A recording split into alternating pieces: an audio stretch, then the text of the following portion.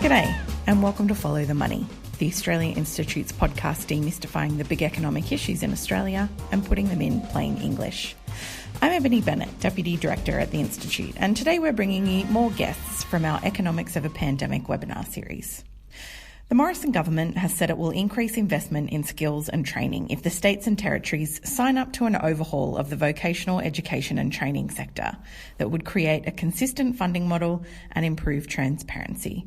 But the TAFE system has been in turmoil for some time now, despite the important role that it plays in the economy. The Minister is preparing to unveil his plan to reboot the economy. Skills and industrial relations. He says will require an overhaul of skills training and the current TAFE model that he says has failed workers and employers. We need Australians better trained for the jobs businesses are looking to create. It's that simple. But it's been the federal government that's taken a hammer to TAFE. This government has cut $3 billion from TAFE and training. We've seen TAFEs really decimated all over the country and a big drop in apprenticeship figures as well. There's been a litany of disasters in the vocational education system. It's been a debacle. Dodgy private sector colleges. Incomplete courses. Income support schemes which didn't work. Many students have been left with large debts. A lack of quality and standards. From worthless institutions. This National TAFE Day, I'd like to recommit ourselves to rebuilding TAFE. But we hope that there's more funding that's going to go into that sector as part of the stimulus. And work out how we can better support apprentices and trainees. It must be rebuilt because our country needs it and our young people deserve it. And to discuss the importance of TAFE to the economic recovery, we were delighted to be joined by Michele O'Neil, President of the ACTU, and Correna Haythorpe, President of the Australian Education Union. And they were joined by senior economist Alison Pennington from the Centre for Future Work at the Australia Institute, who presented some new research by the Centre for Future Work on the economic and social benefits of the public TAFE system and why it must play a critical role in the reconstruction of the national economy after the pandemic. This was recorded live on Thursday, the 13th of August 2020, and things may have changed since recording. Welcome, Michele, Alison and Correna. We're delighted to have you along with us today. Alison, I might come to you first. Can you walk us through the new research that you've released today? Absolutely, and happy National TAFE Day to everyone as well. So the ABS has released today its new labour force statistics, and what we know is that this is a depression-level unemployment crisis that we're in, and training and skills are going to be so important to reorienting our economy, and getting people into good jobs and creating the jobs that we need in the future. So the research that we've undertaken looks at the TAFE system like it were a house. And like any house, it requires investment over time. And the TAFE system has been in place for over 150 years, but there's been a shift in policy over time, which has cut the funding to TAFE as a main provider. And so we look at TAFE and the economic benefits that flow from the TAFE system as though it were a house that gives us benefits. But in saying that, if we don't keep up our investments, we threaten those benefits over time. So I'm going to share with you my slides now. Just have to ask. Yep, sorry. No worries. I've updated that there. All good. Here we go. And that's visible? Yep. Great. So this is the house that TAFE built. And the research looks at and quantifies all of the different economic and social benefits that the national TAFE system brings us. But we approach this crisis with a lot of dysfunction in vet policy leading up to it. And I won't go too much in depth into what's happened, but we've seen a cut in the funding to the TAFE system at the same time as this desire to create a private training market, which has funneled billions of dollars out to unaccountable private providers. And it's meant that we've had providers come and go and take off with the money, but often leave behind poor quality qualifications and lots of debt that we end up paying for anyway. The vet has been treated as a residual, as somewhere you go when you can't get into university or when you don't finish school. And it's been seen as lesser than the pathway to university, and that's also caused a lot of problems in the system. And we've seen a massive collapse in enrolments, so over 400,000 less enrolments since 2015. So it's only in the last few years. Now we have employers, constantly raising their arms up and saying we have a serious shortage of technical and trade skills that we had before this crisis hit. So we're going to find it hard to rebuild our industries on the other side without it. And certainly will be harder without apprentices. And our research with the Mitchell Institute has found that there will be 330,000 less apprentices in training by 2023 due to the impact of this crisis. So this is what the funding divergence looks like. This is what the vet policy fiasco looks like, which is a decline by 1% in real funding to the vet system since 2005, and it's already been languishing far below total government spending on schools and universities. One other aspect to think about as we head into this crisis is that we've had an explosion in very small firms which can't afford to invest in the skills and innovation and capital that's required to be able to expand your workforce. So we've seen over 200,000 micro firms created in the last 15 years, and then we've lost all those medium and large employing firms that are more likely to invest in skills. So it's part of this picture of the decline in those kinds of businesses that can actually afford to invest in skills. That's part of the reason why we have to invest in a stable and high quality integrated vet system and rebuild that system on the basis that vet be the anchor of it. So this research quantifies, it takes a multidimensional approach at quantifying all the different economic benefits of TAFE, because it's this period we're in now has been an aberration. That house that TAFE built is still there, and despite underfunding, we find that it generates a massive ongoing dividend to the Australian economy. The three main streams of economic benefits that we look into are looking at TAFE like an industry, which employs 30,000 people, but then has major other more employment impacts because there are people in the supply chain who work in businesses that supply TAFE. People who leave TAFE, they leave with a high level of skill and employability, and they move into the workforce and get higher earnings, and businesses also benefit from those skilled workers. And because TAFE makes people more employable, it means that they're healthier. And so we find that there's significant reductions in fiscal expenditures on welfare and healthcare because of TAFE too. So over $6 billion is created in the economic activity of TAFE by itself, as it were an industry in itself. So that is comprised of $3 billion of value added of GDP, but an additional $1.6 billion from all of the purchases and inputs of all of the different sectors that supply to the TAFE supply chain.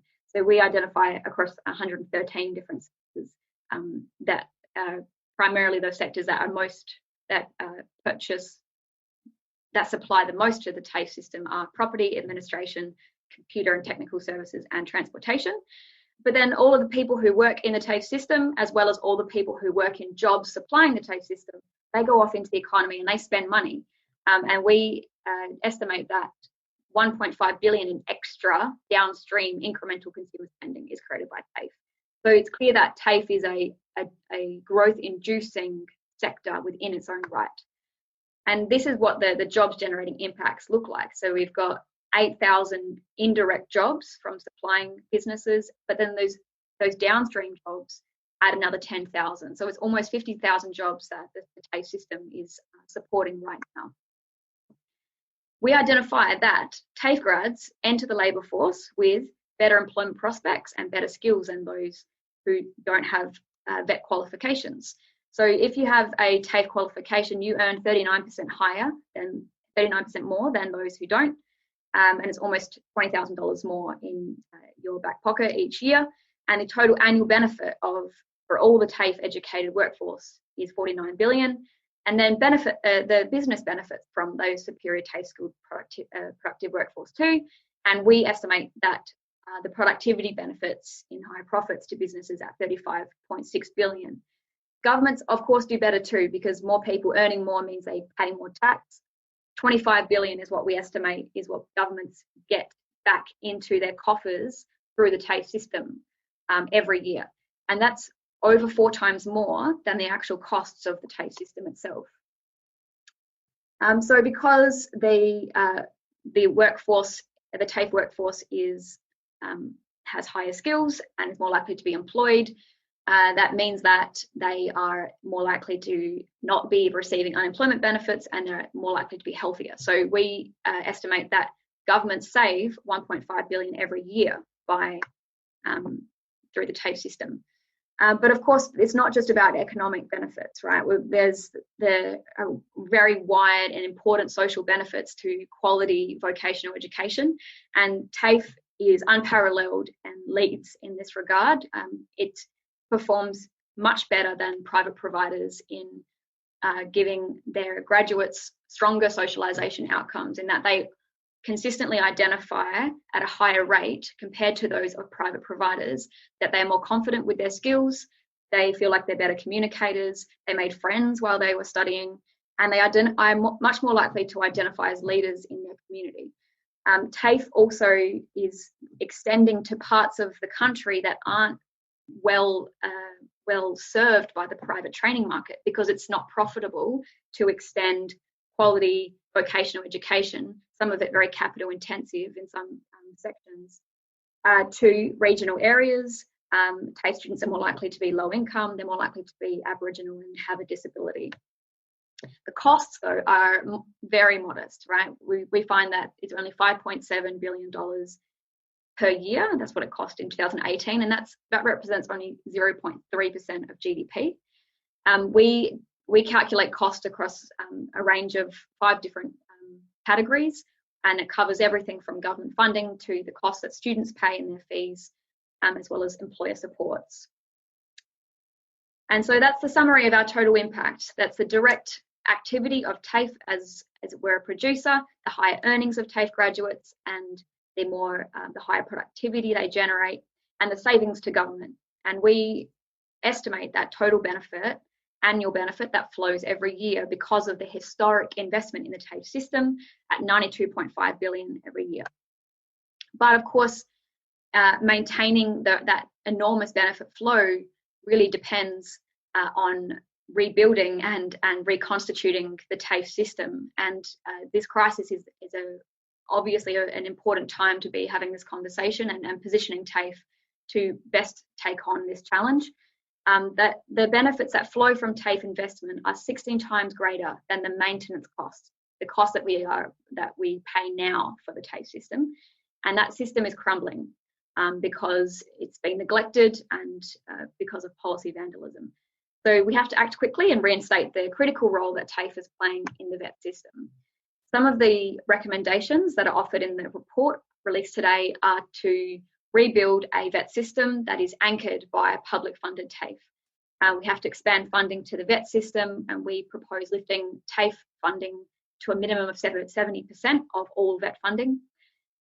Will create better and long sustainable industry policy that puts TAFE as a central stakeholder in rebuilding current and future industries. We have to reverse the fee distortions, which provide, that require students to pay fees up front in the VET system, whereas if you go to university, you defer them through HECS. It's pushed people out of access to a VET education stream where they may have been more suited or had more interest in those areas. And we ask for urgent action on youth unemployment with the introduction of at least 300,000 free positions in the TAFE system nationally, which we cost at $2 billion a year, and the introduction of a 50% wage subsidy for 100,000 new apprenticeships. That's not the ones that are on the books now, but the creation of 100,000 public apprenticeships, and we cost that at $2.5 billion per year. I would encourage everyone to check out the report. These are just some of the key recommendations we've made, and I'll leave it there. Thank you very much, Alison. We might come next to you, Correna Haythorpe, if that's all right. What's your response to that? Thanks very much, Ebony, and happy National TAFE Day, everyone. Firstly, I'd like to acknowledge that I'm meeting here on the lands of the Kaurna people, the beautiful Adelaide Plains, and pay my respects to the elders past, present and emerging of this country, and also pay my respects to the elders of the country in which you're joining this webinar from. It always was and always will be Aboriginal land. Thanks, Alison, for your presentation, and thanks, Michele, for joining this panel. The AEU welcomes this report because it validates the critical role that TAFE plays with respect to the economy, but also its social purpose in providing a high quality vocational education for all students, and particularly those in rural, regional and remote locations, students at risk and those from a disadvantaged background. It also highlights the fact that despite years of significant funding pressure and policy failure, the TAFE system plays a huge and fundamentally important role in the Australian economy, with that contribution of an estimated $92.5 billion each year. And it demonstrates TAFE's significant contribution to the economic prosperity, but also warns that failure to invest in the vocational education sector, and in particular TAFE, actually risks sacrificing one of the primary sources of economic growth, prosperity and indeed equity for Australia.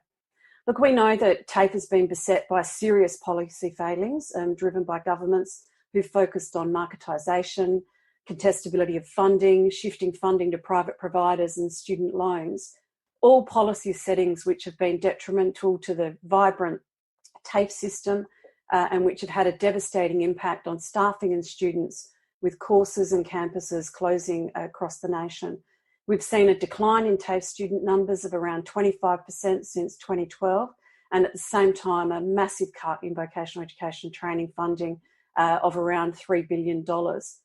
Vet fee help did unprecedented damage to Australia's vocational education system, with qualifications being devalued, students being ripped off and cheated by unscrupulous for-profit private providers who made enormous profits and simply trashed the reputation of vocational education in Australia. So this almost complete surrender of VocEd to the market has not only resulted in a massive decline of TAFE as the preeminent provider, but it's resulted in less people undertaking and completing vocational study. And I think that's a real wake-up call for us.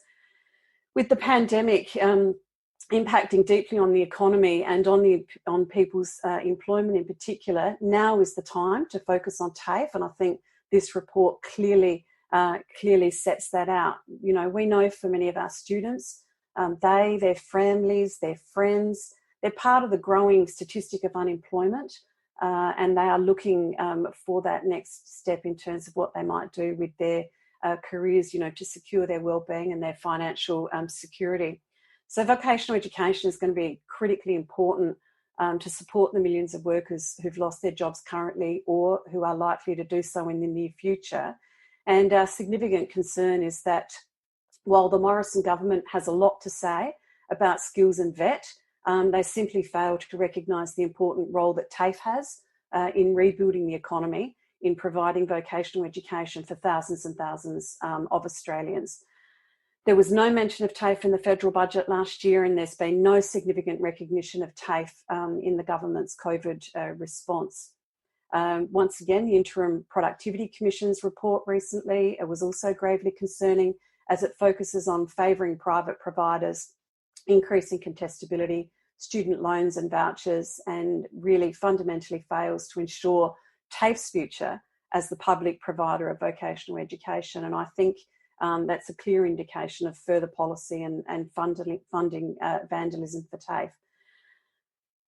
Importantly, this report highlights the fact that the vet sector requires urgent rebuilding to ensure that it can support new skills acquisition, job creation and opportunity, including for those people who've been hardest hit by the crisis, and that there's an urgent need, I think this is a really important recommendation, an urgent need for a comprehensive public-led reconstruction program that invests in the skills and vocational education of workers and young people. And that's very, very welcome news for our members, because they see firsthand the impacts of these cuts. A 40% decline in TAFE institutes nationally, staff reductions with increased workloads, a loss of investment in infrastructure such as state-of-the-art facilities and up-to-date IT and technical and admin equipment. And Indeed, if we're looking at the social purpose, that strong social purpose, TAFE as a public good, the impact of closures in particular is felt very deeply in rural, regional and remote locations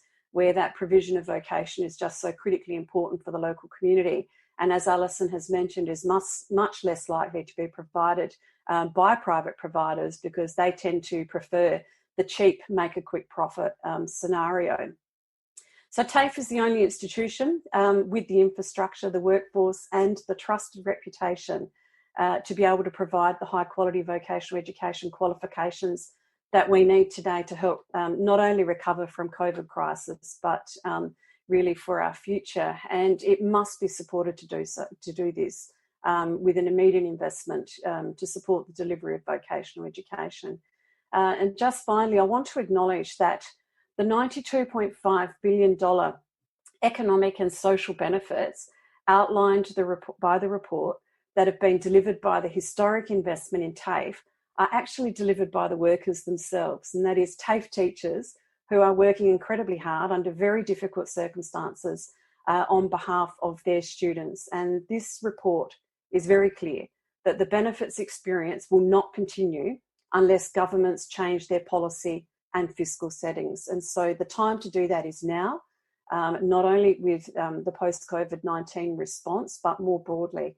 And I'll just finish with a couple of dot points because from our campaign position, because it's very clear.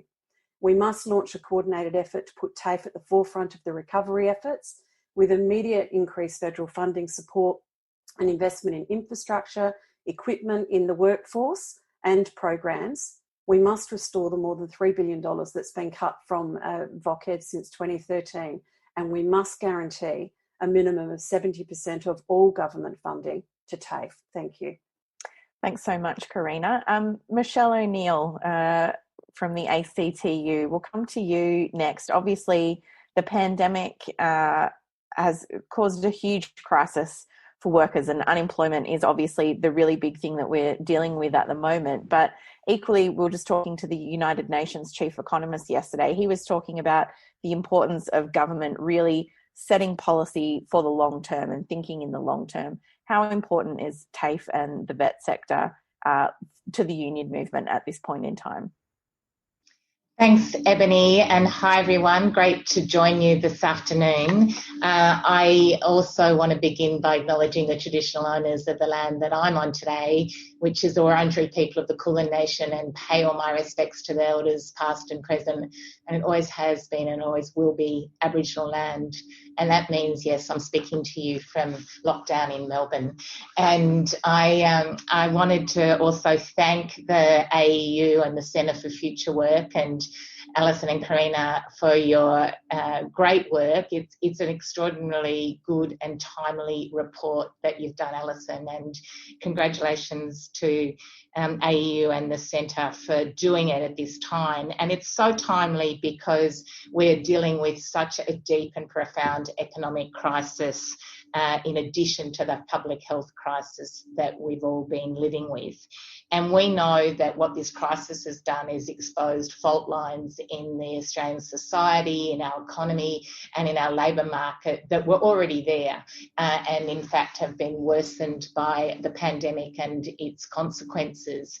And what's been happening in vocational education and training is a classic example of that. I also want to acknowledge all of the TAFE teachers and educators and other people who work in the TAFE system who might be on the line for the webinar today. I just know how many of you have had to make extraordinary changes in the work that you do and your approach to continuing to try and provide great quality education and service and support for students and the TAFE system throughout this really tough period, and all credit to every one of you. So the ACTU has been responding to what we've seen in terms of both the health crisis, but of course the economic crisis. And hopefully some of you saw that we released a few weeks ago a plan in terms of the need for a national economic reconstruction plan led by government. And we put forward 5 concrete proposals as part of that plan. And we again were pleased to partner and have the assistance of the Centre for Future Work and Jim Stanford in that work.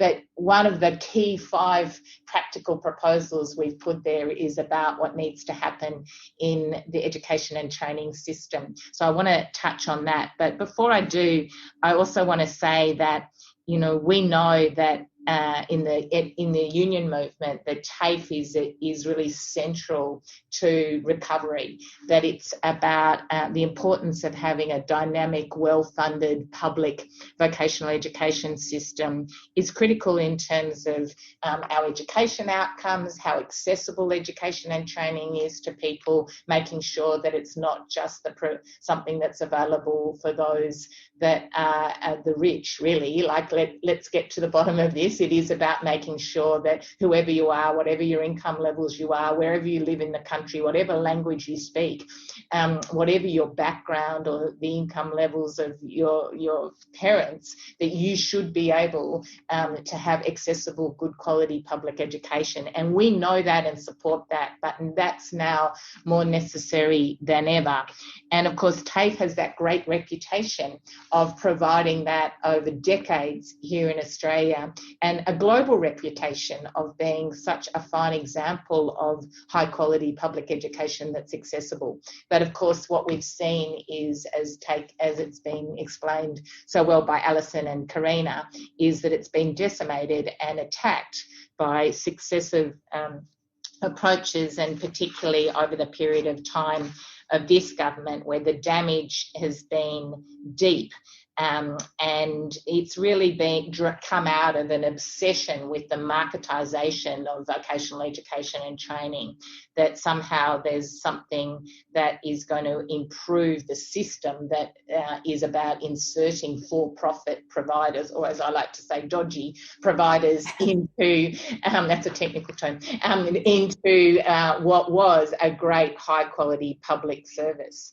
So we know that we've seen the loss of 10,000 jobs in the sector. We've seen $3 billion in cuts just over the life of this government, expenditure cut in the ways that you've already heard, billions of dollars literally lost out of this funding, and the number of TAFEs that exist around the country reduced. And of course, that impacts again on who's accessible. I think it's fallen from 57 to 35 in a period of about 15 years, the figures I've got. And alongside that, the loss of apprenticeships and traineeships, and reduction in the classes that are available, the courses that are available, increased class sizes, lack of equipment and upgrading of the resources.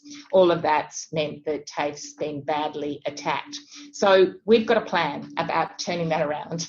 And we, as I said, see this as critical to what needs to happen in terms of the recovery of our economy and our society post-COVID, or even as we're continuing to go through COVID. We just know that even today's unemployment figures, 7.5% unemployment, technically unemployed. We know, in fact, the real figure is more than double that. Even the government is admitting that the unemployment formal rate will be 10% by the end of the year.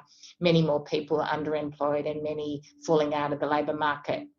So our plan is about training for reconstruction, and the measures that we're proposing as part of that is that the Commonwealth Government would sponsor a new nationwide free TAFE program, similar to some of the ones that have been operating in Victoria and Queensland, and they would be providing up to 150,000 free TAFE spots a year. I see that this proposal that you've got there is increasing on that, and I'm very happy to see that as well, Alison. I think the idea of how we put in place an accessible and free TAFE courses and spots available is a really critical part of what we should all be fighting for.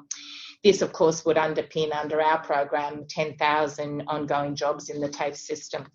We also, secondly, have said that the Commonwealth and state governments should commit that a minimum of 70% of all government vocational education funding be directed to TAFE, and that be the core anchor of vocational training. We've also said that there should be a $3 billion fund to be allocated over 3 years to actually support capital improvements in TAFE, updating, modernising facilities, expanding TAFE facilities, and a real focus on regional areas.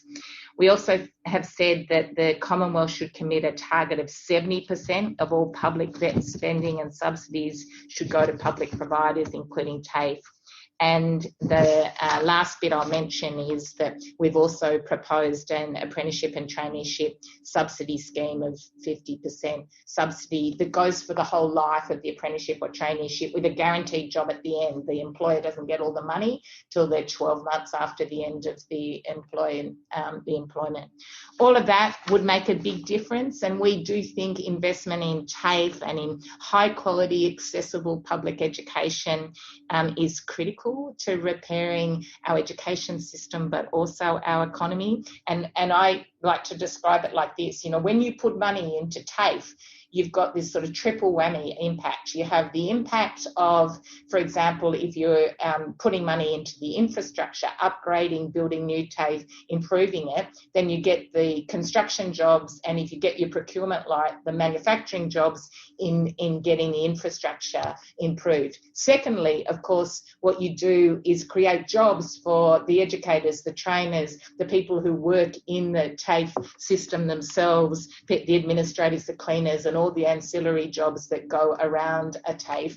But thirdly, and really importantly, what you're doing is providing high quality, accessible public education in locations that are getting it right in terms of leading to jobs and future qualifications that will actually provide the sort of jobs and skills that we need for the future, because it is changing and changing rapidly, and that needs to be localised. It needs to be responding to people's needs, but of course the needs of local communities as well as industry, to get it right and to make sure that we create new jobs, new secure jobs for the future, and the skills that people need to be able to fill them. So I'm going to end it there, Ebony. I love the fact that this report's out there. We support it. We're going to keep fighting for TAFE, and happy TAFE Day, everyone. We reckon a key thing is that you spend public money for public good.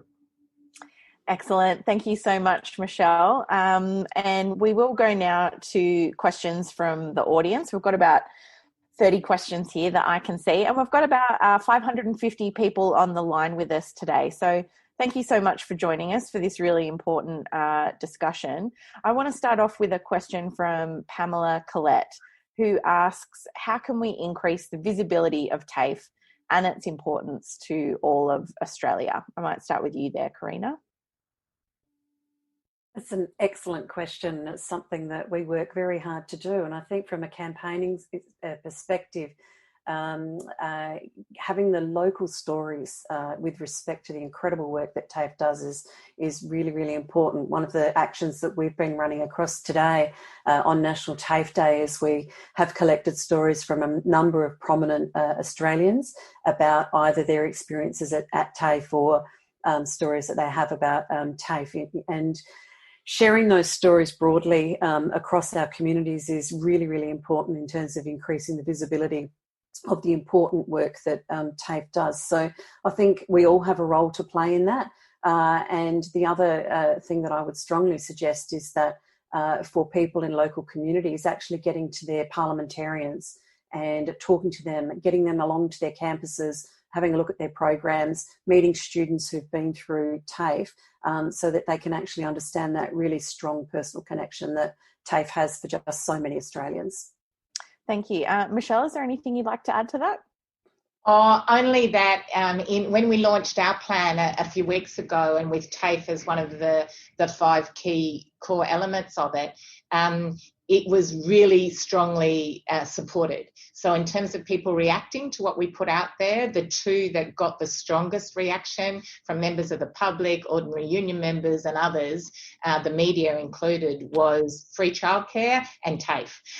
So the TAFE brand, for want of a better word, is very strong. People in the community have a very strong and deep understanding of how important TAFE is, and I think that's a great thing to build our campaigns on. I think there is a great legacy of support for the TAFE system that we can use to build our campaigns to win support and funding for it.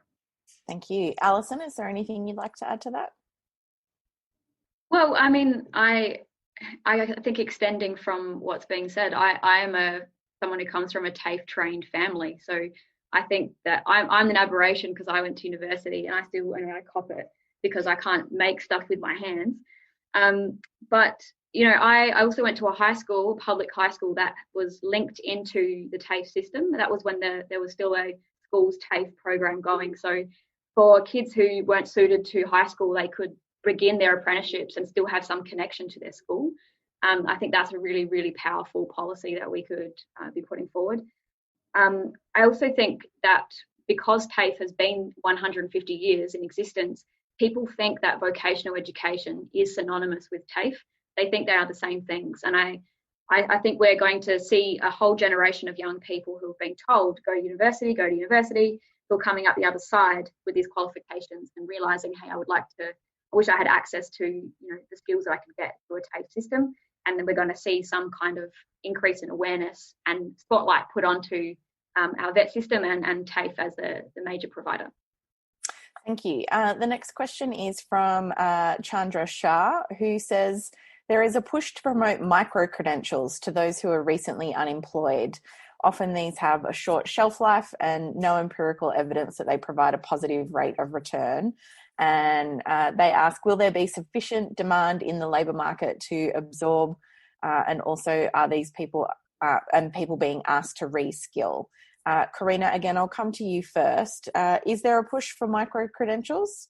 There certainly is, and there's a push in terms of government policy towards micro-credentials as well. If you have a look at the recent announcements around Job Trainer, admittedly there's not a lot of information in the public domain yet about that, but it looks largely focused on micro-credentials. And from our perspective, they're often devised and conducted without the context of a larger qualification, and we don't believe that they lead to long-term improvements necessarily in people's prospects for decent work.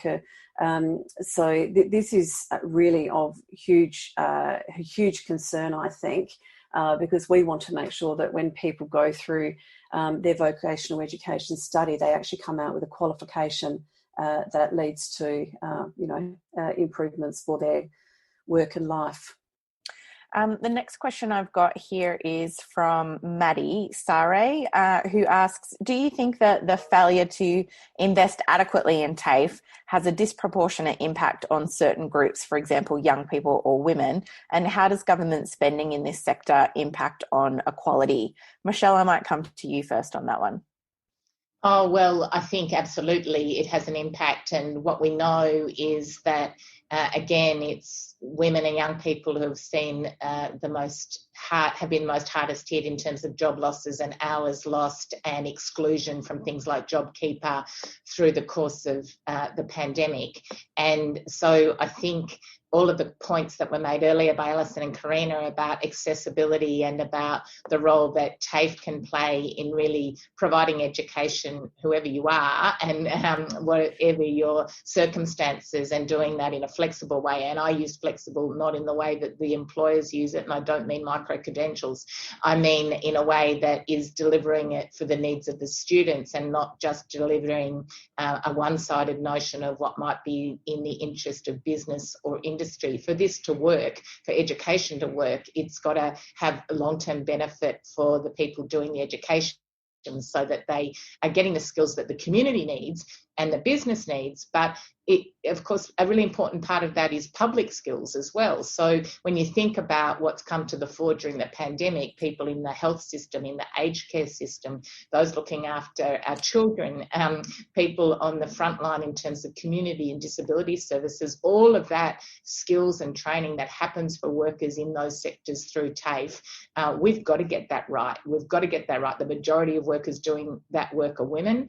Many young people are going to be looking for work because that's where the jobs of the future are going to be, in those service and community sectors. So getting the quality of the education right and the delivery of it right, really we need TAFE to do that. Alison, did your research or the report that you've got today have anything that can shed light on that, on the impact on women or young people or Aboriginal and Torres Strait Islanders? Well, just that we identify that TAFE graduates are much more likely to be coming from at-risk groups. And that's partly because of the charter that the TAFE system functions under is for public good. and it's full of, we've talked about the thousands of people who teach in the TAFE system. It's because they go above and beyond to extend themselves and provide decent education and support to people who have a bit of a rougher road to walk in the process of education and skilling.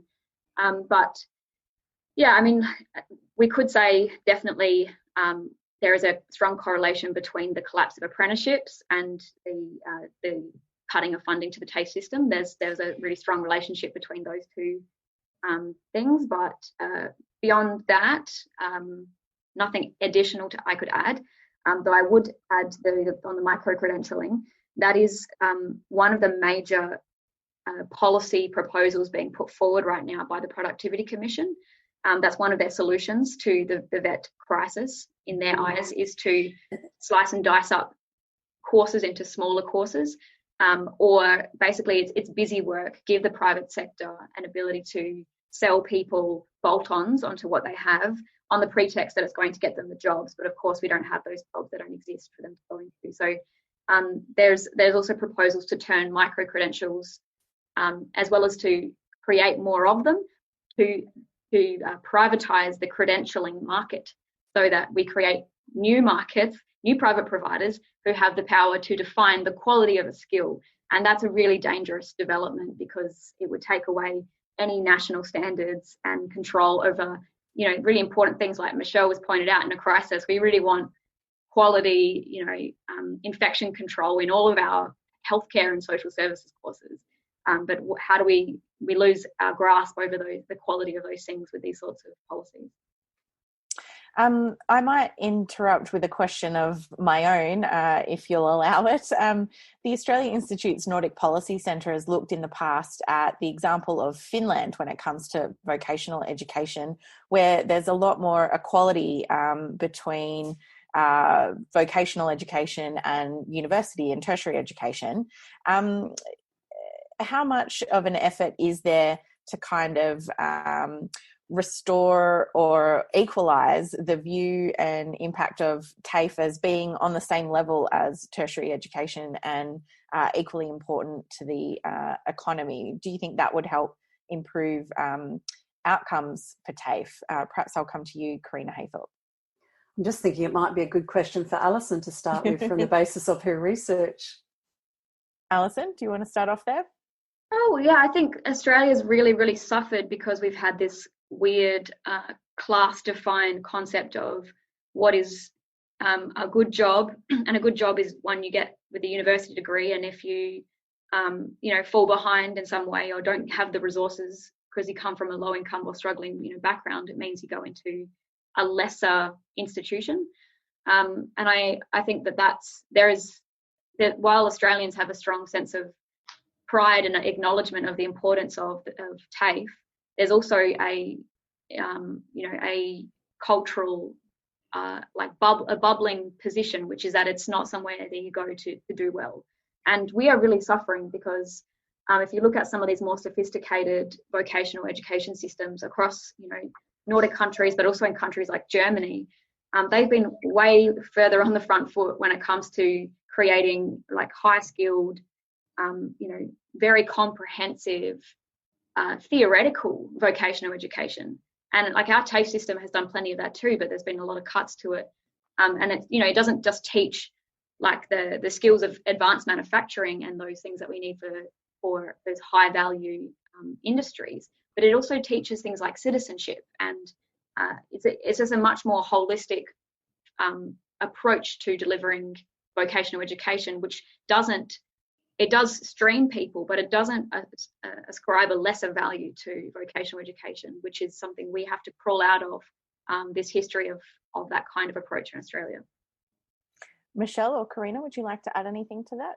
Yes, I might just jump in here as well. I think, what's important here is that we understand the connectedness in terms of education. And it's not necessarily the case that university or TAFE is the pathway for every single person. In fact, many people who go through vocational education quite often go on to further study at university. Many people who study at university quite often supplement their knowledge base and skills through TAFE. And from my perspective, certainly when we look at students who are in our senior secondary schooling, what's important is that they have access to really high quality advice about the pathways that are available to them, about the pathways that they can choose, whether that is taking up a university degree or whether that's going to study at TAFE in terms of vocational education. And so, when we get that mix right, I think that it'll be better for all of us. Thank you. The next question, I'm going to exercise my prerogative as a host because it relates to where I grew up. So Liz Folkard asks or says, I've been involved in Vincennia High School in the Gilmore electorate of New South Wales, where we had huge success with pre-apprentice course in partnership with Bomaderry TAFE up until this was defunded, which had a huge impact on students and also saw the gutting of Bomaderry TAFE, and asks how schemes like this one could be restored as part of the economic recovery and reinvestment in TAFE. Alison, earlier you did pick up on that link that we used to have between high schools and TAFE. Has that diminished overall? Is that a big trend that we've seen? Yeah, because Australia's moved more and more in this direction of a hyper-individualist, dog-eat-dog labour market where everyone is out for themselves. And in the past, we used to use public money to invest in all of the bridges in between different stages of your life or different parts of, whether it was your schooling or the area that you came from, the type of, resources or lack of resources you had. So I think TAFE is just such a brilliant institution in the role that it has played historically. Isn't, as Correna said, it's not just providing those skills up front, but it's providing, it holds people, it gives them a sense of community, and it brings them in and engages them in education, which is empowering and important, but also skilling, which helps them to engage in employment and access to people in their community, and so they can build relationships with people. So I think that example you used of a sort of a pre-apprenticeship type of engagement sounds like a brilliant example of that kind of bridging function that TAFE can play. And we should be, especially in a time of such great upheaval and huge transition, there are millions of people, predominantly youth, who are going to need these sorts of bridging functions to be there for them, to capture and to hold them. And I think we should be expanding it. Michele or Correna, would you like to add anything to that? I think Ali's nailed it there, really. I just think that the connection of every level of our education system in terms of it being well-funded public education leading to whether it's vocational education and training in TAFE or, in fact, higher education, making sure that it's as smooth and connected and accessible and not driven by either how much you have to pay in terms of your own wealth or class, or driven by the providers looking to make profit out of what should be something that is not in any way driven by profit, but driven by what the needs of our people and communities and economy is and society is the way through. So the clearer and smoother those connections, and the more open they are and less limited they are in terms of how much money you have and who's making money out of you, the better. Thank you, and a shout out to Unions Shoalhaven, and particularly to Bomaderry TAFE. My brother qualified as a chef and a mechanic there, so props to Bomo TAFE. The next question, it's another one from Chandra. Chandra's hitting it out of the park with questions today. Asks, how many lessons need to be learnt to understand that the privatisation of public services does not work? Potentially that's a rhetorical question, but we might want to chime in. I mean, privatisation obviously has had a huge impact on this sector and on TAFE in particular. Alison, did you want to talk about anything from your research to kick us off? I mean, Australia's, the path we've gone down in the last few decades of expanding private services in, whether it be childcare, the NDIS, the aged care system, we're seeing the full effects of what's happened there. A lot of community and social services, these have all been expanded on the basis of trying to expand private markets in social services. And we've also seen quite entrenched, ongoing, sustained problems in those areas. I would say vocational education is one spectacularly, and horridly spectacular example of the failures of when we give a small number of private interests the ability to control the outcomes of essentially millions of people. What's happened to the vet training system is doing damage not just to those people who go through it and get spat out, but it actually, the damage rolls on for many, many, many years. It affects all of us. So some of the key ways I think that the private provision model in vet, it fails, is because if you look at even pre-crisis, there were a lot of employers who were saying we lack trades and skills, trade skills. We lack trade occupations. People aren't being produced in the current vet system. That we don't have enough, panel beaters, or we saw an email from an employer the other day who was pulling their hair out trying to find someone who could clean pools, commercial pools. It's a very specified skill set. But if we wait for a private market or a private provider to give it, then what happens to that business? It collapses. So it's just far too important. Skills are just far too important. Education is far too important to be entrusted into the hands of people who are mostly interested in, driving down the wages of people delivering education and making a cut for themselves. That's the other key reasons why it doesn't work is low population centres. Private providers won't go out to places that have, regional populations. Capital intensive courses, they're not going to spend extra into the things to train up people in things that are really important for all of us. And that goes hand in hand with course numbers. If you don't have enough people to take a course, it's more likely to be cut. Whereas TAFE is still running capital intensive courses with low enrolment numbers because we don't need 20,000 panel beaters, but we do need a couple hundred. So I think it's just an example of how private provision doesn't work in the delivery of something so important. Correna or Michele, is there anything you'd like to add to that on that debate about privatisation? TAFE is a public good, and until governments understand that and fund it accordingly, we're not going to resolve this situation. Privatisation has failed. It's been a failed policy setting of many political parties over the past many years, but the deep impact has been felt by our members in TAFE itself in terms of loss of jobs, in terms of hugely increased workloads. We conducted a State of TAFE survey just recently. We had a huge response from our membership, and it clearly indicated, the impact of funding cuts, the shift to funding to private providers clearly indicated the impact that's happening on the TAFE workforce. And these are the people that are delivering, high quality vocational education for our students, and they must be backed by governments. And so until governments actually change their policy settings on this issue, we're going to continue to campaign.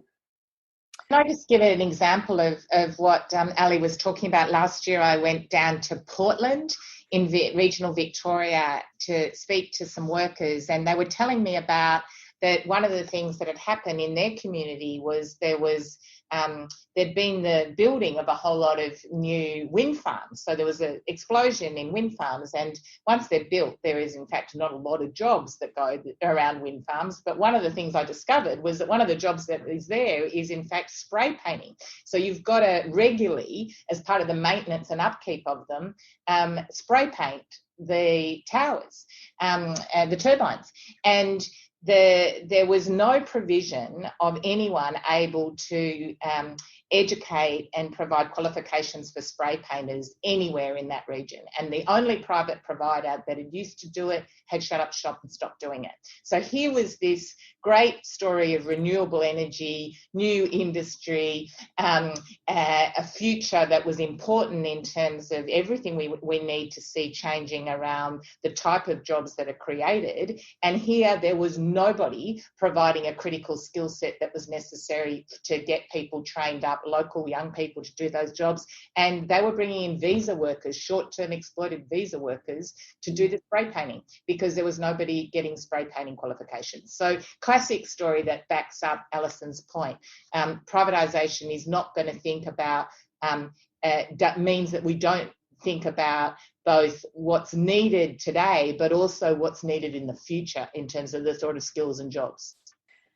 Well, thank you, Michele, Alison and Correna. We're going to have to wrap it up there. And thank you so much for joining us today, everyone. I hope that's been really informative for you as it was for me. And I'm sorry that we couldn't get to everyone's questions. We always run out of time at these things. But thank you again, Michele O'Neil, Correna Haythorpe and Alison Pennington for your time today. This has been a special episode of Follow the Money, and we're aiming to bring you shorter but more frequent episodes during the pandemic, so please stay tuned. You can check out our webinars at tai.org.au/webinars to register. For the latest health information, check health.gov.au or listen to the ABC's excellent Coronacast podcast, which comes out daily. You can visit tai.org.au for all our latest research and content, and we're on Twitter at the Oz Institute with an AUS. My Twitter handle is Ebony_Bennett with a double N double T. Alison Pennington is at AK_Pennington. Michele O'Neil, that's with one L in Michelle and one L in O'Neil, is at Michele O'Neil AU. And Correna Haythorpe is at C Haythorpe with an E on the end, AEU. This episode was produced by Jennifer Macey with help from Lucy Law and Grace Crivallero, and our theme music is by Jonathan McFeet from Pulse and Thrum. Remember, stay 1.5 metres away, keep washing those hands, and thanks for listening.